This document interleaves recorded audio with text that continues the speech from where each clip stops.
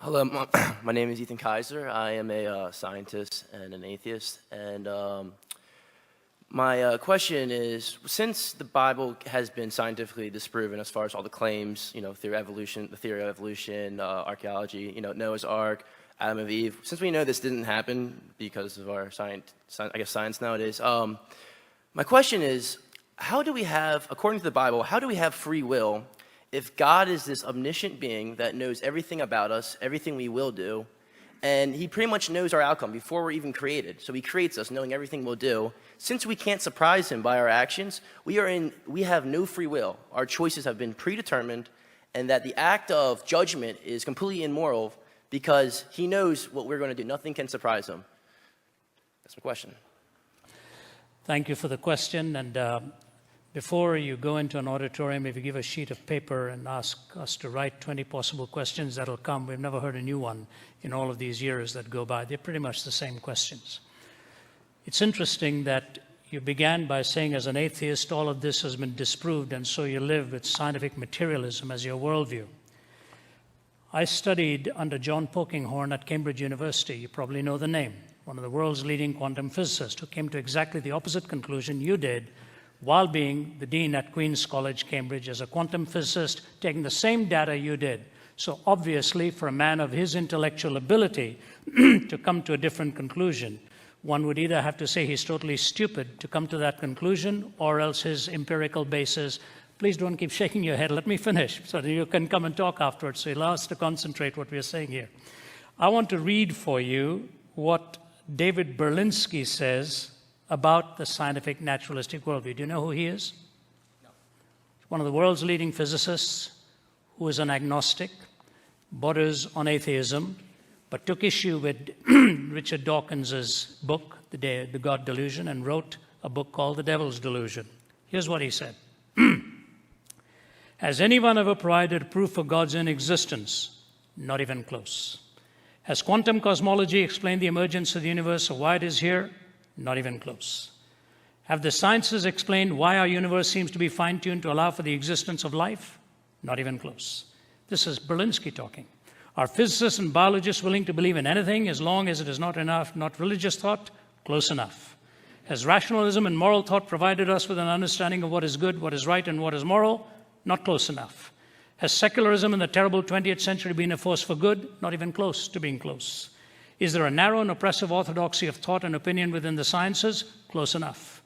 Does anything in the sciences or in their philosophy justify the claim that religious belief is irrational? Not even in the ballpark. Is scientific atheism a frivolous exercise in intellectual contempt? Dead on. Now, I didn't say that, all right? I'm not quoting myself. Please give me your name, sir. Ethan. Ethan? Yes. Ethan, what you're wrestling with is not uncommon. Many people from a scientific and materialistic worldview will say what you've said and come to that conclusion. The problem is what you mispositioned was your concern between determinism and free will. Your application could have gone in many different directions, but you came to that one for some reason, which I was unfortunate, I think. At Cambridge, I listened to a talk at the Lady Mitchell Hall in 1990 by Stephen Hawking. As you know, he can't speak. He uses a speech synthesizer. His whole talk was on determinism and freedom. And you know what he concluded? That the tragedy with scientific materialism, if we take its assumptions, is that we are not free, we are totally determined. That was the world's leading physicist at that time saying, the very thing you're asking of the Christian faith, he pinned on your backs. As scientific materialists.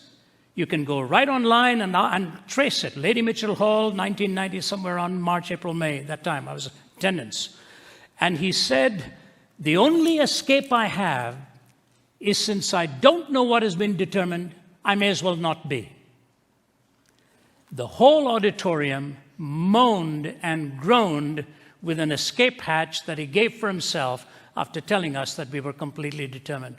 That's Berlinski's issue. That is actually even what people like Dawkins will concede, or Pinker. You read Steven Pinker and the others. So totally determined. So the question is, were you free to ask this question? Yep. I don't believe any of us actually have free will because we are strictly material. So you're actually, as a machine automaton, asking me this question? We are all made up of our past experiences. Okay, but you're not free then. You're not free. You're not making a truth statement. My truth statement. I mean, what I'm saying is our memories and our states. No, hear me carefully. Okay. If you're totally determined, Yes. you're pre-wired to think the way you do. Nature versus nurture. Yes. Sorry? Nature versus nurture. Nature versus nurture. Yes. Regardless, the nurture may provide a different environment, but the nature is you're hardwired to come out with a certain conclusion. Out of flux, nothing but flux. You know, what you put into the computer, ultimately is going to come out. But you have to ask yourself, are you making a truth claim? If you are making a truth claim, you're rising above the bondage of total subjectivity. And the moment you claim a truth claim, you're violating determinism. And so I just leave you with that, and let's meet afterwards. Hey, Ethan, we want to chat with you. You know, you're the kind of guy we come here for. So afterwards, you come here and we'll chat with you. Come here, give me a shake hand. Bless you, brother. Thanks, buddy. Thank you.